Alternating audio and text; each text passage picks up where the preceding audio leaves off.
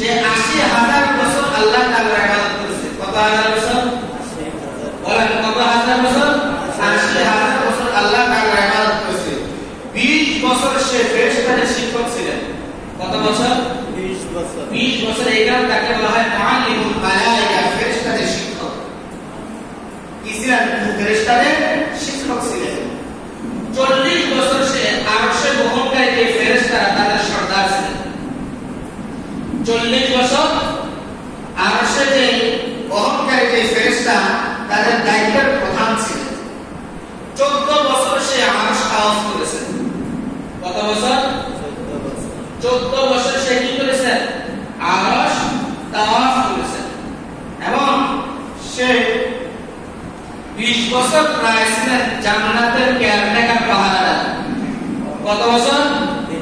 20 বছরের মতো জান্নাতের কি ছিলেন? কেয়ারটেকার পাহারাদার ছিলেন। আল্লাহ পাক রব্বুল আলামিন যখন হযরত আদম আলাইহিস সালাতু ওয়াস সালামকে সৃষ্টি করার পর সকল ফেরেশতাদের সামনে রাখা হলো, কারণ পৃথিবীর ফেরেশতাদের লিডার, ফেরেশতাদের প্রধান তিনি আগেই থাকতেন। এবং সকল ফেরেশতারা উপস্থিত হলো। আল্লাহ পাক রব্বুল আলামিন আদেশ করলেন, তোমরা সবাই উসজুদু লিআদম, তোমরা আদমকে সিজদা করো, তোমরা আদমকে সিজদা করো।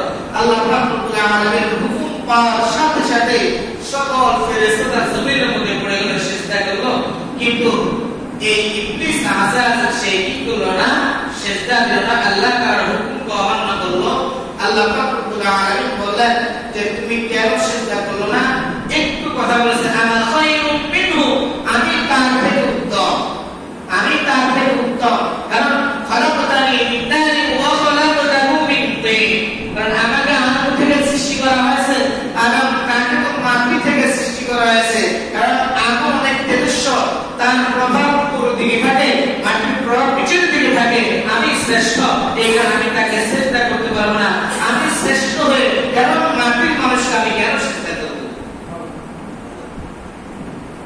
আল্লাহ পাক রব্বুল আলামিন কোরআন কারীমের মধ্যে বলেন, ক্বালা মা মানাকা আল্লা তাসজুদা ইযা মারতু ক্বালা আনা খায়রুম মিনহু খালাকতানি মিন নারিন ওয়া খালাকতাহু মিন তিন। আল্লাহ পাক রব্বুল আলামিন বলেন, আসাসে তোমাকে কোন জিনিস আহ্বান করেছে, কোন জিনিস বাধা দিয়েছে? যখন আমি তোমাকে আদেশ করলাম তুমি আমাকে সিজদা করো, কোন জিনিস তোমাকে বাধা দিয়েছে? সে বলতেছে, খলাকতানি খলাকনা খায়রুম মিন, আমি তবে তার থেকে উত্তম। খলাকতানি মিন নারিন ওয়া খলাকতাহু মিন তিন, আমাকে তবে আগুন থেকে সৃষ্টি করা হয়েছে, আর আগুন থেকে আগুনকে তবে মাটি থেকে সৃষ্টি করা হয়েছে।